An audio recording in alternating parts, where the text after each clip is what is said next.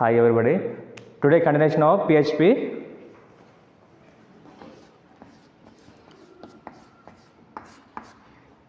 మన లాస్ట్ క్లాస్లో చెప్పినట్టుగా మనకి PHP అంటే ఏంటంటే హైపర్ టెక్స్ట్ ప్రీ ప్రాసెసర్ అని చెప్తాము.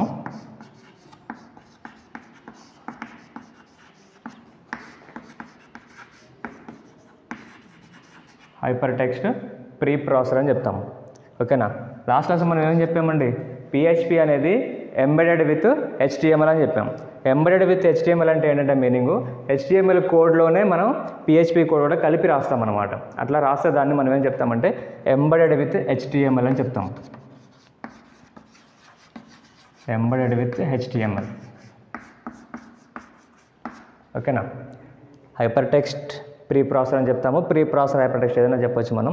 ఎంబెడెడ్ విత్ HTML అంటే PHP కోడ్ కూడా మనం HTML కోడ్తో పాటు కలిపి రాస్తాము. దాంట్లోనే ఇన్బిల్ట్ లాగా ఎట్లాగైతే మనం జావా స్క్రిప్ట్ CSS రాసామో సేమ్ అదేవిధంగా PHP కూడా HTMLతో కలిపి రాస్తాం అనమాట. ఓకేనా? రైట్. మరి HTML జావా స్క్రిప్ట్ ఉన్న తర్వాత మనం PHP ఎందుకు యూజ్ చేయాలి సార్ అంటే చూడండి, PHP జావా స్క్రిప్ట్ అయితేనేమో మనకి క్లయింట్ సైడ్ మనకి ప్రోగ్రామింగ్ లాంగ్వేజ్ రాగా స్క్రిప్టింగ్ రాస్తాము. ఈ PHP అయితేనేమో మనం ఎక్కడ రాస్తామంటే సర్వర్ సైడ్ స్క్రిప్టింగ్ లాంగ్వేజ్ రాస్తాము. సర్వర్ సైడ్ స్క్రిప్టింగ్ రాస్తాము. అర్థమైందా? జావా స్క్రిప్ట్ అయితేనేమో క్లయింట్ సైడ్ రాస్తాము. ఈ PHP అయితేనేమో మనం సర్వర్ సైడ్ స్క్రిప్టింగ్ లాంగ్వేజ్ రాస్తాము. ఎందుకంటే ఎప్పుడైతే మనం సర్వర్ సైడ్ మనకి ఏవైనా డైనమిక్ చేంజెస్ కావాల్సి వస్తుందో, dynamic changes at server side, మనకి క్లయింట్ సైడ్ ఏమైనా డైనమిక్ చేంజెస్ కావాలంటేనేమో జావా స్క్రిప్ట్లో రాస్తాము. సర్వర్ సైడ్ మనకి ఏదైనా డైనమిక్ చేంజెస్ కావాలి అంటే ఇక్కడ మనం PHP అనేది యూజ్ చేస్తాము. డైనమిక్ చేంజెస్ అంటే ఏంటంటే జస్ట్ లైక్ మనకి డిలీటు, యాడింగు ఇట్లాంటి మాడిఫికేషన్స్ ఏమైనా చేయాలి అంటే మనకి ఏంటంటే ఇక్కడ సర్వర్ సైడ్ కావాలంటే మనం ప్రిఫర్ చేసేది ఏంటంటే PHP అని చెప్తాం. ఓకేనా? ఇటు కూడా మనకి ఏమని చెప్తాము, స్క్రిప్టింగ్ లాంగ్వేజ్ అంటాము. దీన్ని ఇంకా ఏమని చెప్తామంటే ఓపెన్ సోర్స్ అని చెప్తాం. ఓపెన్ సోర్స్ అంటాం. ఓపెన్ సోర్స్ అంటే మనం PHP అనేది ఈ స్క్రిప్టింగ్ లాంగ్వేజ్ని దీనికి సంబంధించిన ప్లాట్ఫామ్ని సాఫ్ట్వేర్ని మనం ఫ్రీ ఆఫ్ కాస్ట్ మనం ఆన్లైన్లో నుంచి డౌన్లోడ్ చేసుకోవచ్చు అనమాట. ఆన్లైన్ నుంచి డౌన్లోడ్ చేసుకొని వితౌట్ ఎనీ కాస్ట్ మనం పే చేయకుండా దీన్ని ఓపెన్ సోర్స్ అనమాట. ఎవరైనా కూడా డౌన్లోడ్ చేసుకుని దీన్ని యూటిలైజ్ చేసుకోవచ్చు అనమాట. ఓకేనా? ఈ ప్రోగ్రామింగ్ రాయడానికి సర్వర్ అనేది రిక్వైర్మెంట్ అవసరం అవుతుంది మనకి. రైట్. ఇప్పుడు చూడండి, ఈ PHP అనేది PHP ఫైల్ ఏదైనా మనం రాస్తే, ఒక ప్రోగ్రామింగ్లో రాస్తే PHP ఫైల్ ఏమేమి కంటైన్ చేస్తుందంటే ఒకటి టెక్స్ట్, HTML కోడ్ మరియు PHP కోడ్ ఆర్ స్క్రిప్ట్ అని చెప్తాం.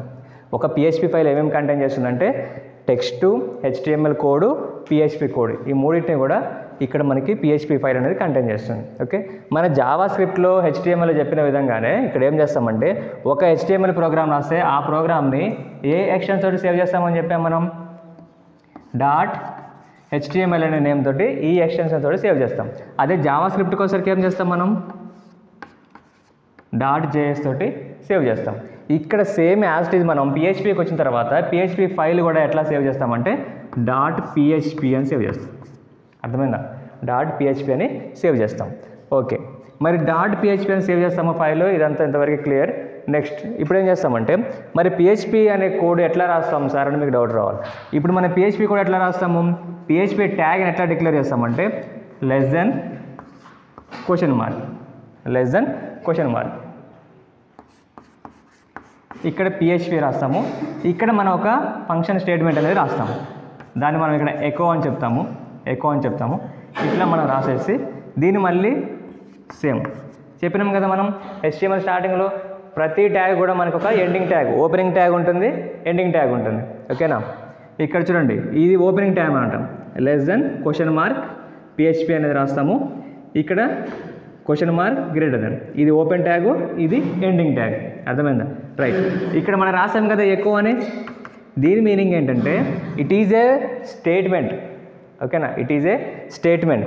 మనం C లాంగ్వేజ్లో కానీ C++లో కానీ జావా స్క్రిప్ట్లో కానీ మనం ఏదైనా ప్రింట్ చేయాలంటే కంపల్సరీగా ఒక ప్రింట్ఎఫ్ స్టేట్మెంట్ అనేది రాస్తాము. C లాంగ్వేజ్లో అయితేనేమో ప్రింట్ఎఫ్ స్టేట్మెంట్ రాస్తాము. ప్రింట్ అనే స్టేట్మెంట్ రాస్తాము. అదే C++కి వచ్చేసరికి ఏం రాస్తామంటే Cout అనే ఒక ప్రింట్ఎఫ్ స్టేట్మెంట్ రాస్తాము. ఓకేనా. అదే మన జావా స్క్రిప్ట్కి వస్తే ఏం రాసాము, జావా స్క్రిప్ట్లో అయితే ఏం రాస్తాము, డాక్యుమెంట్ డాట్ రైట్ ఎల్ఎన్ అనేది రాస్తాము. ఇప్పుడు PHP వచ్చిన తర్వాత ఒక ప్రింట్ఎఫ్ స్టేట్మెంట్ ఏదైనా మన ప్రోగ్రాంలో ప్రింట్ చేయాలంటే ప్రింట్ఎఫ్ స్టేట్మెంట్ ఏం రాస్తామంటే ఎకో అని రాస్తాం. అర్థమైందా. PHP ఫైల్ని .php అనే ఎక్స్టెన్షన్తో సేవ్ చేస్తాము. ఇక్కడ PHP అనేది in between the less than question mark and question mark greater than, in between ఇక్కడ మనం ఒక ఈ PHP ప్రింట్ఎఫ్ కోడ్ అనేది రాస్తాము. దానికి మనం ఉపయోగించే ప్రింట్ఎఫ్ స్టేట్మెంట్ ఏంటంటే ఎకో అని చెప్తాం. ఓకేనా, ఎకో అని రాస్తాం. ఈ విధంగా మనం ప్రోగ్రామ్ అనేది రాయాలి. దీనికి సంబంధించి ఒక సింటాక్స్ రాసుకోండి. సింటాక్స్ ఎట్లా రాస్తామంటే PHP అని రాస్తాము. ఇక్కడ PHP అనేది ఇక్కడ మనం ఓపెన్ చేస్తాం. PHP ఓపెన్ చేసిన తర్వాత ఇక్కడ మనం ఏదైతే ప్రింట్ చేస్తామో ఆ ప్రింట్ఎఫ్ స్టేట్మెంట్ అనేది రాస్తాము.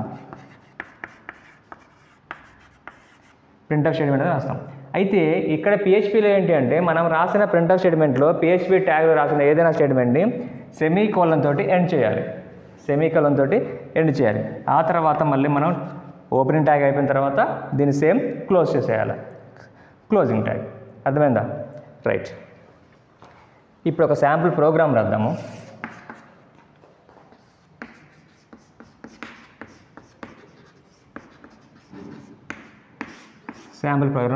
చెప్పాము కదా ఎంతమంది స్టార్టింగ్లో మనం PHP అనేది ఎంబెడెడ్ విత్ HTML అన్నాం. సో మనం PHP కోడ్ అనేది ఇక్కడ మనం HTML రాస్తాం. చూడండి, HTML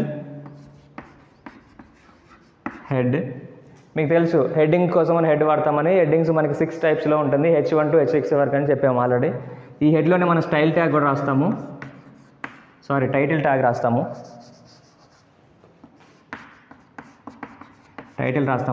ఇక్కడ మీరు PHP కాబట్టి PHP శాంపుల్ ప్రోగ్రామ్ అని రాసుకోండి. ఇక్కడ టైటిల్ క్లోజ్ చేశాను. నెక్స్ట్ హెడ్ కూడా క్లోజ్ చేస్తాం. నెక్స్ట్ ఇప్పుడు ఏం చేస్తామంటే మనం బాడీ సెక్షన్లో PHP అనేది రాస్తాము.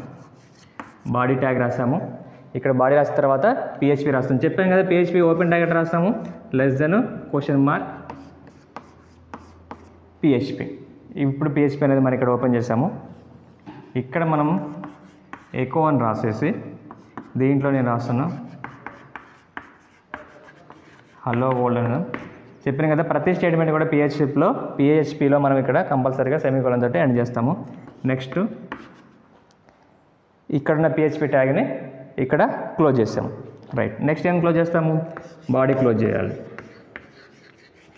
బాడీ క్లోజ్ అయింది కదా. బాడీ క్లోజ్ అయిన తర్వాత మళ్ళీ ఏం చేస్తాము, next ending tag of HTML.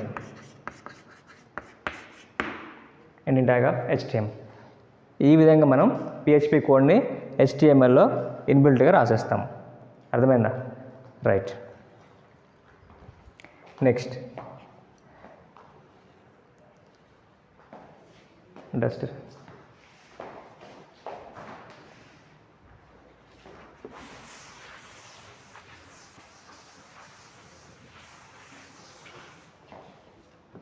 Advantages of PHP రాసుకోండి.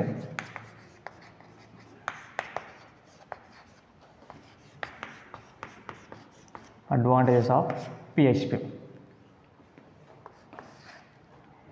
మనకి ఆల్రెడీ తెలుసు. PHP అనేది ఓపెన్ సోర్స్ స్క్రిప్టింగ్ లాంగ్వేజ్ అటు సర్వర్ సైడ్ అని చెప్తున్నాము. సో ఇది స్క్రిప్టింగ్ ఓపెన్ సోర్స్లో మనం స్క్రిప్టింగ్ లాంగ్వేజ్ అటు సర్వర్ సైడ్ కాబట్టి ఇది ఏం చేస్తుందంటే it can be support all the major operating system.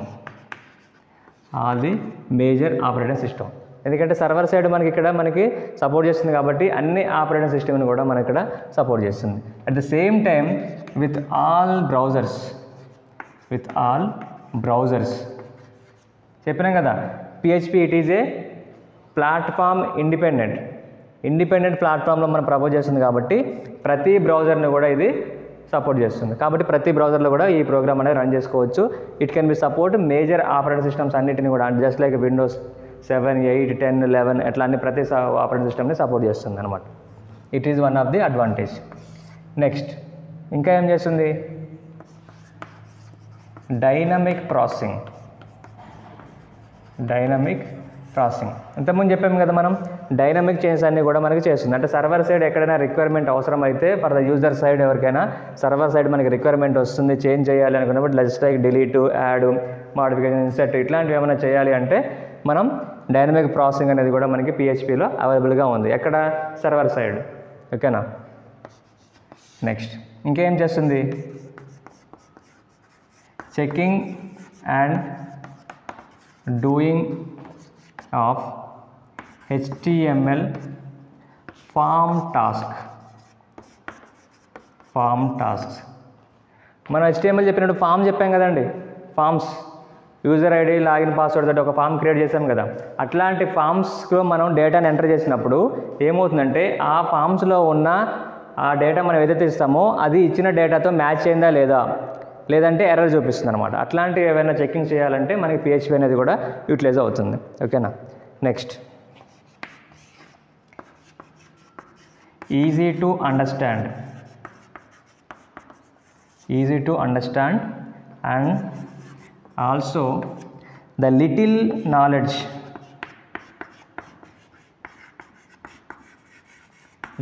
Knowledge of user can do programming. అంటే ఏం చెప్తున్నాం? పిహెచ్పి అనేది easy to understand to everyone, ఎవరైనా కూడా చాలా ఈజీగా అర్థం చేసుకోగలరు.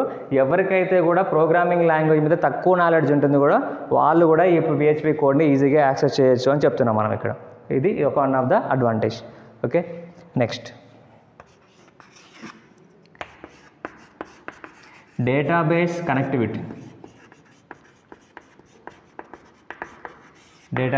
కనెక్టివిటీ. ఈ పిహెచ్పిలో ఇంకొక అడ్వాంటేజ్ ఏంటంటే మనకి మెయిన్గా డేటాబేస్ కనెక్టివిటీ. అంటే బ్యాక్ ఎండ్లో మనం రాసే డేటా అంతా కూడా ఎక్కడ అవుతుందంటే డేటాబేస్లో స్టోర్ అవుతుంది.